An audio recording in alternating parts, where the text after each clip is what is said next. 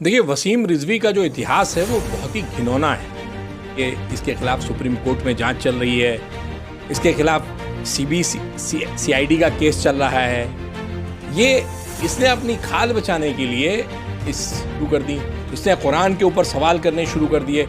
इसने कुरान की आयतों से छेड़छाड़ करने की बात की। इसने सुप्रीम कोर्ट में जा कर के ये कहा कि इस कुरान की इन आयतों को कुरान से खारिज कर दिया जाना चाहिए। इसके ऊपर कार्रवाई कर दी जाती तो आज शायद ये जेल में सड़ कर मर चुका होगा। लेकिन चूंकि इसको एक पॉलिटिकल संरक्षण प्राप्त है, एक पॉलिटिकल पार्टी जो हमेशा मुसलमानों के खिलाफ जहर उगलती है, उसने किया कि आप बोलते रहो।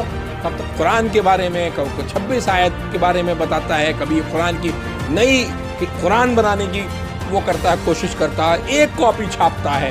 इज्जत लूटने की कोशिश इसने की। जिस ड्राइवर को, जिसने उसके साथ अपना वक्त गुजारा, इसको अपनी खिदमत दी, उसकी अहलिया के साथ इसने रेप किया। इस मुल्क का कानून ये कहता है कि अगर कहीं पे इस तरह की कोई घटना होती है और कोई महिला किसी थाने में शिकायत लेकर जाती है तो उसके ऊपर फौरन एक्शन होना चाहिए। होगा अभी न जाने कितने मासूम, न जाने कितने मजलूम जो इसके गुनाहों के उस पे इसके जुल्म सह रहे हैं, वो सब सामने आएंगे। तब इसको अपना अंजाम पता चलेगा। और मेरी ये मांग है कि इस खिंजीर को ना केवल धार्मिक भावनाओं को भड़काने के लिए, ना केवल इस मुल्क के अमन चैन को खत्म करने के लिए, बल्कि इसको एक ऐसे बलात्कारी की तरह से इस मुल्क के कानून को, इसके लिए स्पेशल सजा तजवीज की जानी चाहिए। इसको चौराहे पे खड़ा करके गोली मारनी चाहिए, या इसको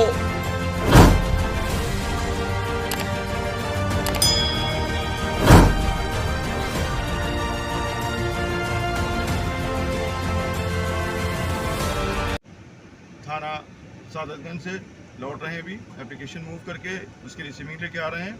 हमारे साथ ये पीड़ित महिला है, देखिए बेचारी बैठी हुई है, जिसके साथ वसीम रिजवी ने जाती की, जिसके साथ वसीम रिजवी ने बलात्कार के साथ जघन्य अपराध किया। ये उसका हस्बैंड है, इसको मारा पीटा, इससे गाड़ी चलवाते थे, इसको दूसरे शहर भेज देते थे, उसके बाद इस बच्ची पे जुल्म करते थे। उसकी एक छोटी मासूम बच्ची भी देखी है, इसके साथ मारपीट भी की गई और बहुत ही जुल्म किए गए। हम लोग उसको न्याय दिलाने के लिए निकले हैं। हमारे साथ में फुरकान भाई, हम दोनों मौजूद हैं और हम लोग ये लड़ाई लड़ेंगे इनकी बहुत दूर तक। इनको इंसाफ दिलाएंगे हर हालत में इंशाअल्लाह।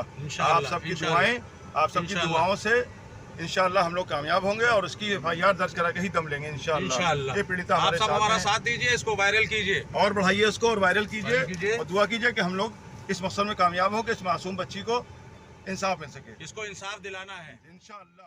ये वो पहला कुरान मजीद है, असली कुरान मजीद जो मैंने लिखा है, सही किया है। ये पहली किताब इसकी छप कर आई है। इसको हम मुस्लिम फसल्ला बोर्ड के अध्यक्ष को भेज रहे हैं कि इसको पढ़े और इसका अध्ययन करें कि इनमें से जो हमने 26 आयतों को निकाला है उससे इसमें क्या फर्क पड़ गया, और जो हमने इसके सूरे ठीक किए हैं जो पहले कुरान मजीद में क्रम वाइज सही नहीं थे, जिनको पहले खलीफा अबू बकर, दूसरे खलीफा उमर और तीसरे खलीफा उस्मान ने अल्लाह की आयतों को कलेक्ट करके किताबी शक्ल में बनाया था ताकि वो दूसरे गैर मुसलमानों मुल्क पर हमला कर सके, वहां कत्लेआम कर सके, उनकी इबादत गाहों को तोड़ सके और वहां लूट कर सके और बाद में ये कह सके कि ये तो हमारे कुरान मजीद में लिखा था।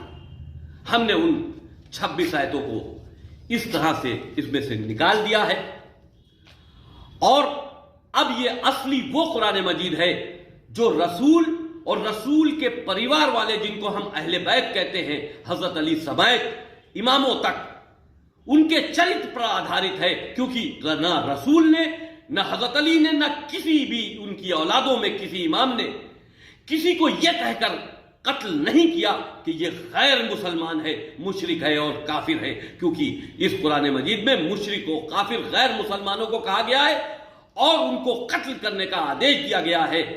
वो चाहे हिंदू हो, चाहे वो किसी धर्म से संबंधित हो, अगर कुरान नहीं मानता है तो वो मुशरिक व काफिर है। इसलिए आतंकवाद बढ़ रहा है। इस कुरान को अगर सही तरीके से नहीं पढ़ा गया तो यह आतंकवाद कभी नहीं रुक सकता, क्योंकि मुसलमान कुरान पढ़ के आतंकवादी होता चला जा रहा है। इस असली कुरान मजीद को पढ़ना चाहिए, और ऐसी आयतों को निकाल बाहर कर देना चाहिए जो इंसानियत के लिए खतरा हो, जो इंसान को इंसान से दूर करती हो, जो आपस में कत्लो आम को बढ़ावा देती हो। इस्लाम मोहब्बत का मजहब है, जुल्म और ज़्यादती का मजहब नहीं है। देखिए, वसीम रिजवी का जो इतिहास है वो बहुत ही घिनौना है। वसीम रिजवी को शिया वक्फ बोर्ड का चेयरमैन बनाया गया। वसीम रिजवी ने वहाँ पर शिया वक्फ बोर्ड की तमाम ज़मीनों को खुर्द-बुर्द करना शुरू कर दिया, घोटाले किए। इसके खिलाफ सुप्रीम कोर्ट में जांच चल रही है, इसके खिलाफ CID का केस चल रहा है। ये इसने अपनी खाल बचाने के लिए इस जो खुद को सैयद फैमिली से कहता है कि मैं सैयद हूँ, इस आदमी ने अपनी खाल बचाने के लिए, अपनी गंदगी को साफ करने के लिए, अपने पर से ध्यान हटाने के लिए ये दूसरे लोगों के हाथ में पहुंच गया। जहां से इसने जो है इस्लाम के ऊपर उंगलियां उठानी शुरू कर दी, इसने कुरान के ऊपर सवाल करने शुरू कर दिए, इसने कुरान की आयतों से छेड़छाड़ करने की बात की। इसने सुप्रीम कोर्ट में जा कर के ये कहा कि इस कुरान की इन आयतों को कुरान से खारिज कर दिया जाना चाहिए, जिसके ऊपर सुप्रीम कोर्ट ने इसको बहुत बड़ी लताड़ लगाई और उसके बाद इसके ऊपर जुर्माना किया। लेकिन ये इतनी आसानी से इसको समझ में नहीं आने की, क्योंकि इसको एक राजनीतिक संरक्षण प्राप्त है। अगर इस आदमी को कुरान के साथ छेड़छाड़ करने के लिए, धर्म ग्रंथ के साथ छेड़छाड़ करने के लिए, नबी सल्लल्लाहु अलैहि वसल्लम के ऊपर उंगली उठाने के लिए, या फिर सहाबियों के साथ के बारे में उल्टी सीधी बात कहने के बारे में अगर इसके ऊपर कार्रवाई कर दी जाती तो आज शायद ये जेल में सड़ सड़ कर मर चुका होता। लेकिन चूंकि इसको एक पॉलिटिकल संरक्षण प्राप्त है, एक पॉलिटिकल पार्टी जो हमेशा मुसलमानों के खिलाफ जहर उगलती है, उसने किया कि आप बोलते रहो तब तक आप सुरक्षित हो। अब ये लगातार मुस्तकिल कभी ये कुरान के बारे में, कभी 26 आयत के बारे में बताता है, कभी कुरान की नई कुरान बनाने की वो करता है, कोशिश करता है, एक कॉपी छापता है, फितना खड़ा करने की कोशिश करता है। लेकिन जिस तरीके से इसने जहाँ ये रहता है, जो वक्त की बिल्डिंग है, उस जगह को इसने दारूबाजी का अड्डा बना रखा है, अय्याशी का अड्डा बना रखा है, तो इसका पाप का घड़ा भर चुका था।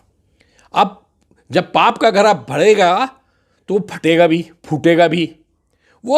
आज वो पाप का घड़ा इसका फूट गया।